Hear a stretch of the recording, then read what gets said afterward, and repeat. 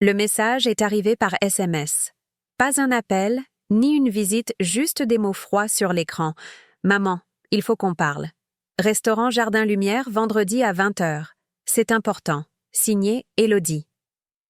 Élodie, ma fille de 42 ans, qui autrefois m'appelait chaque dimanche et amenait les petits-enfants une fois par mois, avait disparu de ma vie depuis 8 mois. Les appels s'étaient raréfiés, les visites avaient cessé, et voilà maintenant cette invitation formelle dans un restaurant chic à Paris. Je savais que ce ne serait rien de bon. J'ai relu ce message 3 fois ce lundi ensoleillé. J'étais assise sur la terrasse de mon appartement au Marais, observant la ville s'éveiller à un rituel quotidien depuis le départ d'Henri, il y a presque 5 ans. Le silence avait remplacé les rires, les questions sur ma journée, les baisers au téléphone. Désormais, plus que des mots secs, comme si j'étais une simple fournisseuse, j'ai laissé mon café refroidir entre mes mains, me disant « Le Jardin Lumière ?» Un endroit où un plat coûte autant que mes courses hebdomadaires. Élodie n'avait jamais choisi ce genre d'endroit pour nous retrouver. En vérité, elle ne choisissait plus rien avec moi. J'ai tenté de me souvenir de notre dernière vraie conversation, pas un simple joyeux anniversaire précipité. Cela faisait des mois. Pour son anniversaire en septembre, j'avais appelé. La conversation avait duré 3 minutes. « Salut, maman. Merci. Je suis pressée. On se rappelle, d'accord?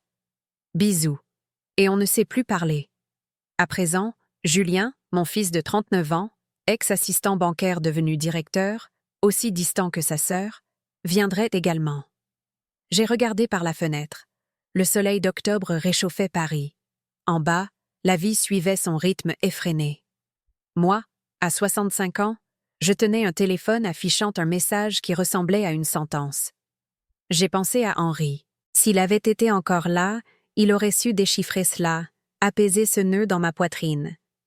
Il était le cœur de la famille, moi, la tête. Ensemble, nous fonctionnions. « Tu as le temps, Margot ?» disait-il toujours. Mais Henri nous a quittés 3 mois après son diagnostic de cancer. Et les enfants? Ils se sont éloignés, comme si le deuil était contagieux. J'ai appelé mon amie Claire.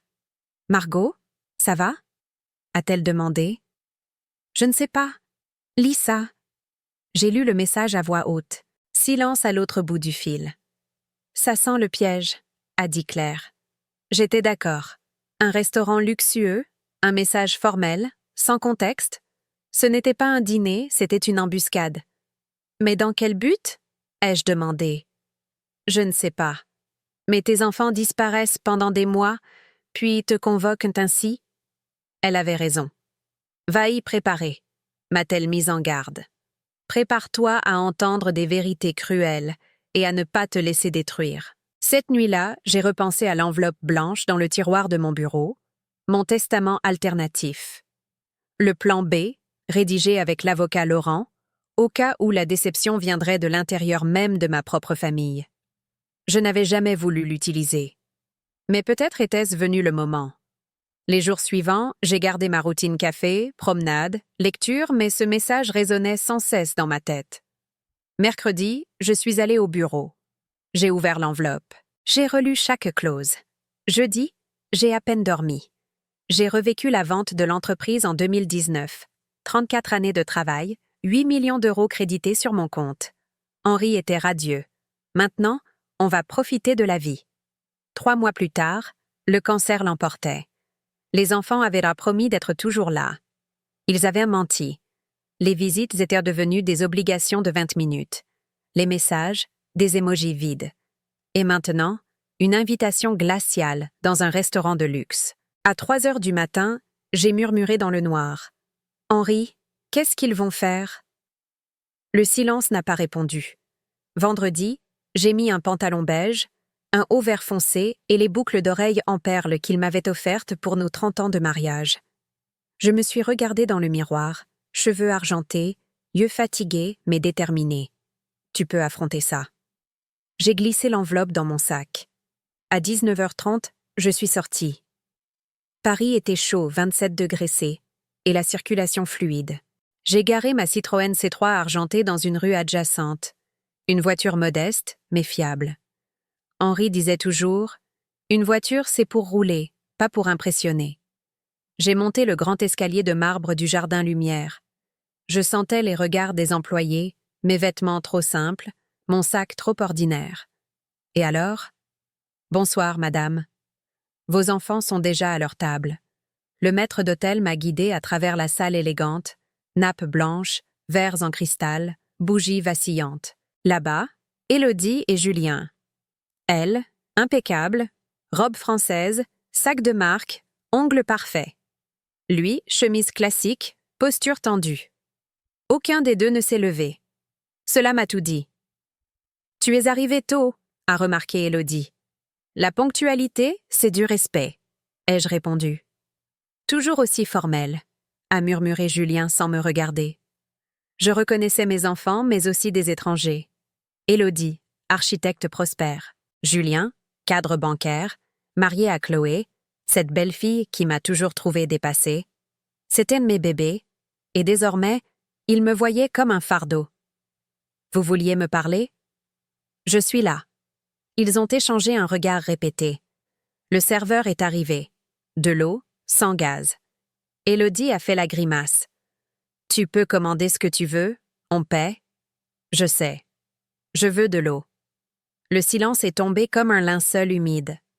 Autour de nous, rires et toasts. Nous, 3 fantômes près de la fenêtre. Élodie a inspiré profondément. Maman, il faut qu'on soit honnête. Notre relation ne fonctionne plus. J'écoute. Elle m'a fixée avec une indifférence étudiée. Tu n'as jamais été une vraie mère. Les mots ont fait mal, mais je n'ai pas bougé. Tu travaillais toujours. Papa s'occupait de tout. Julien a approuvé. Tu étais une ombre. Tu exigeais, mais tu n'étais jamais présente.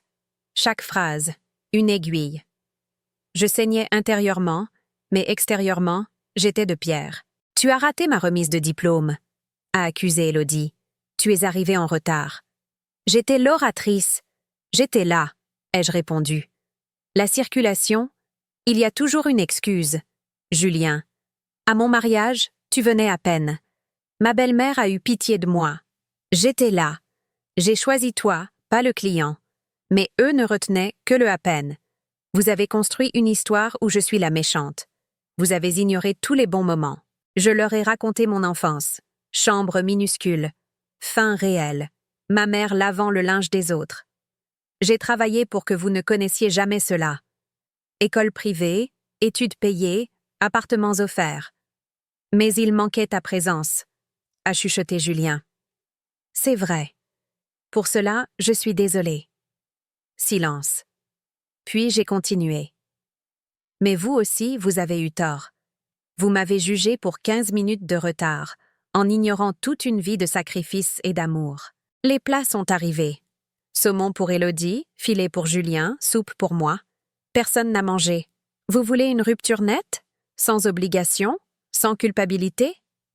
Exactement, a dit Élodie. Et les petits-enfants? Lucas et Manon? Elle a détourné le regard. Ce serait mieux d'éviter la confusion. Ils te connaissent à peine. J'ai repensé à Manon bébé dans les bras d'Henri. Elle a tes yeux, Margot. Elle est spéciale. Maintenant, ils voulaient m'effacer de leur vie et de celle des enfants. J'ai ouvert mon sac et posé l'enveloppe blanche sur la table. Avant de décider, lisez ceci. Élodie l'a ouverte avec hésitation. Ses yeux se sont écarquillés. Testament de Margot Dubois. Patrimoine total, 9,5 millions d'euros. Julien a arraché le papier. Ce n'est pas possible. Mais si. Immeuble, placement, fonds bien gérés.